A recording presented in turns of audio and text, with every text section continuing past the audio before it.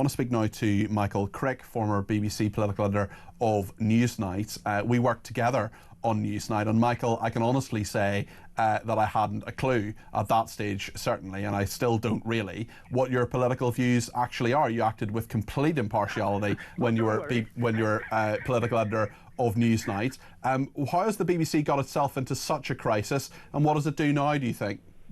Well, I was going to say, don't worry, I'm not sure what my political views are myself. I'm a sort of centrist, really, slightly left of centre, but some things would be regarded as pretty right-wing and some things pretty left-wing. But how has it got itself into this? Well, I agree with you, actually. I don't agree with everything you've said, the clip you've said, but I do agree that the culture is a problem. And actually, it doesn't just affect the BBC, it affects Channel 4 News, where I, as you know, and you and I have discussed this privately, I was very unhappy about what I saw as left-wing bias, pro-Remain bias over a number of years on that programme. And I think a lot of this stems from the type of people that go into broadcasting. They're nearly universally university graduates from middle-class backgrounds, predominantly from southern England, and from the sort of the metropolitan areas, the metropolitan elite. You don't get many people from Barrow or Hartlepool or Northern Ireland, actually, and they have a certain outlook on issues that in those areas, at those parts of the country, the views are very different, and we saw that with the astonishment with which parts of the BBC and parts of Channel 4 News reacted when the country voted for Brexit in 2016. And I think, for a number of years before then in the BBC and probably other outlets as well, and this may affect ITV too, I don't watch enough of the ITV news these days, that the certain issues like our membership of the European Union, like immigration, for a long time were not dealt with, not given the prominence they should have been, and which they're now getting.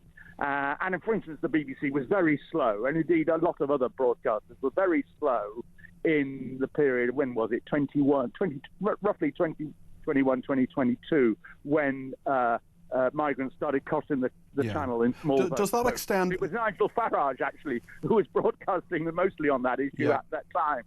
Yeah. And it took a lot of politicians to catch up to that as well. When Deborah Turness, the outgoing chief executive, says that it is not institutionally biased, do you think that's true in relation to Donald Trump, or is that just a fiction? Well, I am, on that particular incident, and by the way, I think it's incredibly dangerous to have a billionaire president of the United States going around bullying media organizations, and there's a deep suspicion that he did the same thing in HarperCollins, the publisher, where the UK chief executive, Charlie Redmayne, resigned a few weeks ago after. Okay, I just don't know about that. I just don't know about that, Michael. But let's stick to Trump himself and the BBC. Sure you would agree with me that for the president of the United States to go around threatening, no other president would ever have done this, no matter how rich they were. And of course, he's probably the richest president of the United States. Is he not right to feel aggrieved, though, if the BBC have doctored that clip? Of course he's right to feel aggrieved. And of course, the editing of that clip was wrong, from what I've seen. But he should not be threatening the BBC with a £1 billion lawsuit. And it would be fascinating to find out, if we ever do, whether those threats were made yesterday and that then led to the resignations. So what should Trump do? How should Trump properly complain about the BBC? Like any other reasonable leader, and say, I don't like this. But world leaders should not be going around launching or threatening £1 billion lawsuits, which it would bankrupt the BBC pretty much if that was to actually happen. And he bullies far too much. But anyway, we're not really on in this discussion here to talk about Trump. I've strayed too far from the main subject. so I'll let you get back onto your next question. Yeah, no, indeed. Well, as someone who's written a biography of Nigel Farage, who knows how he operates, how do you think? What do you make of his comments? He's a bully as well, by the way. Well, I'm sure he would deny that. What would you make of his reaction to this and what he sees as the future of the BBC, Michael? Well, I mean, there have been. In fact, I think at one point, Farage and his party were talking about closing down the BBC, but I'd have to go and check that. So actually, there seemed to be a certain element of rowing back on that, on what Farage said. I mean, and indeed, there is a sort of statement of the obvious in it that I don't think the BBC can survive on the license. The license fee itself can survive probably not much longer than another 10 years. Okay. And desperately in the BBC and government, they're trying to think of alternatives. I mean, you know, Lisa Nandy's already said a few months ago, it's almost become a voluntary thing. Yeah. Well, there are, and there are, incident won't help. Yeah, and there are lots of people who now don't pay their licence fee and don't want the BBC. Michael Crick, thank you. That's Michael Crick there, former political editor of Newsnight, former political correspondent Channel 4 News, biographer of Nigel Farage as well. I want to speak now to Dave Mason, who's a crisis consultant with Mentor Media Training. Dave, what advice would you give the BBC? Dave, are you there? You got me? Yes, it just suddenly disappeared as you mentioned my name. Okay. Well, I think we've got you now. What advice would you give the BBC? I think there are three things that jump out of this for me, and it was very interesting listening to Michael Crick talking there. Three words jump out for me: culture, bullying in a number of senses of that word, and also corporate crisis communication, which the BBC seems ill-equipped to handle, going back as far as 2007, when they rather inappropriately clipped up the Queen again for a TV show where they implied that she was storming out of a photo shoot with Annie Leibovitz, and of course she wasn't. And through the years, I've worked at the BBC the same as you have. I've sat in edit suites overnight, agonising over an editor trying to tell me to make something that I wanted to be 2 minutes long, and they wanted to make it 1 minute long. Yeah. And when you do that job and you're under that enormous pressure, mistakes can happen, and you can take a clip out of something and you can put two. But this was more than a mistake. This wasn't just this changed the meaning of it. You and I have not, I would imagine, I don't know you, Dave, but I would be very surprised if either of us has ever said that clip, as we see it now, does not in any way represent actually what was said. No, but what you do have sometimes when you put two pieces together that maybe in this case I understand were 4 minutes apart. It was much more than 4 minutes. It was about 40 minutes.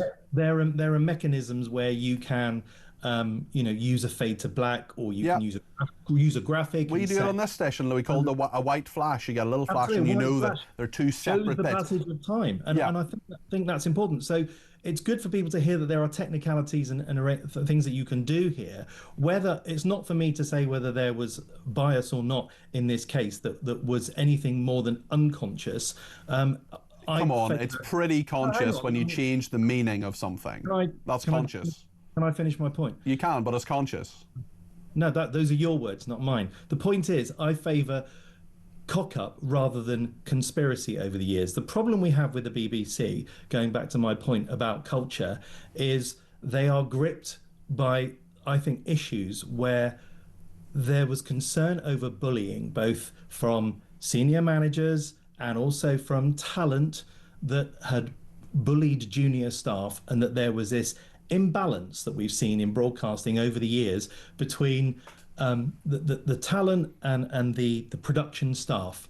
And so I think there's a potential, and this is my perspective, that might have swung the other way. And when junior staff make mistakes or make errors, it's not challenged. And people who are making repeated mistakes, you probably remember being a junior journalist or reporter and being pulled up on things time and time again. Of course. I wouldn't mind betting that the culture is that people who are making these kinds of errors aren't being taken to one side. But then what's the point of management, Dave, when you say, you've got so many... made about BBC management over the years. You've got far more managers in the BBC than any other media organisation I've ever worked for.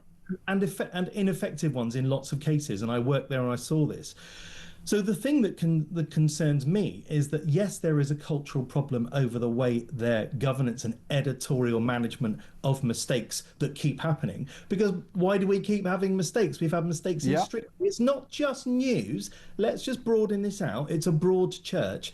There are cock-ups being made editorially across Strictly or various other programs. Greg Wallace. That wasn't a political bias thing. This is imbalance. But Greg Wallace, I would argue, okay, leading to junior staff either feeling disempowered or not being guided properly by management. And I totally agree with that. And the Greg Wallace allegations. That's a fair comment. It's a perfectly fair comment. And the Greg Wallace allegations, if I could actually add to your case on this, is that those allegations about that presenter went on for more than 15 years. So there's not just a failure of Greg Wallace, there's a failure of management. And when you get a bit presentery, and yes, I've done it behind the scenes, and I've been told off by management, not very often, but occasionally. Being presentery. When you get presentery, when you say things that you shouldn't say, but you know you can just about get away with it because you're a presenter. It's happened to me. I've been on the receiving end of it.